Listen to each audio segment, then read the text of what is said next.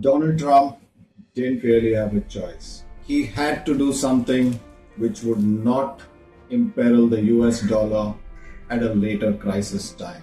Sitting on $35 trillion of debt, the faith in the US economy has to be abundant in order to service that debt.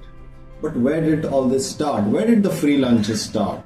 Well, America opens its vast consumer market first to the Asian tigers at the time of the Soviet Union.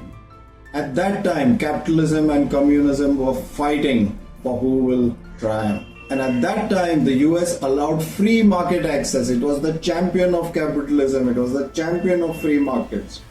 All poor countries from Asia, the Koreas, the Hong Kongs, the Taiwans, they were able to push a lot of goods into the American economy. Consumers benefit with cheap prices, but it also pulled these countries out from the grasp of communism. That's when the free market started.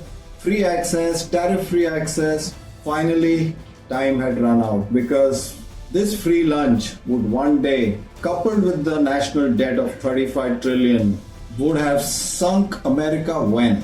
When is the question.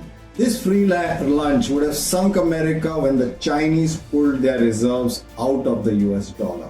And once the Chinese did, all other governments would have pulled their reserve. They would have all yanked their money from US treasuries.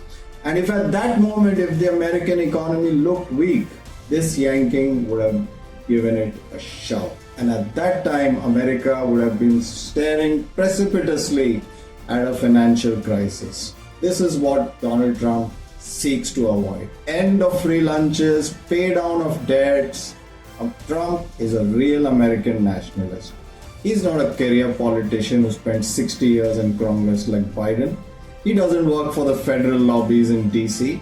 He wants to bring America out of the biggest crisis that it has faced since Pearl Harbor, and he will do it by salvaging its economy, salvaging its currency, paying down its debts. And if he has to fight a tariff war, so be it.